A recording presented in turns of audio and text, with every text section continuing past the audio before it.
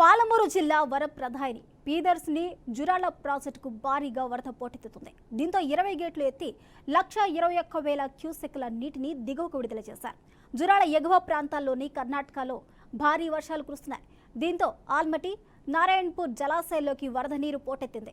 జురాలకు వరద తాకిడి 3 రోజుల పాటు ఉంటుందని అధికారులు అంచనా వేస్తున్నారు. ఎగువ జురాల జల విద్యుత్ కేంద్రంలో 5 యూనిట్లలో విద్యుత్ ఉత్పత్తి కొనసాగుతుంది.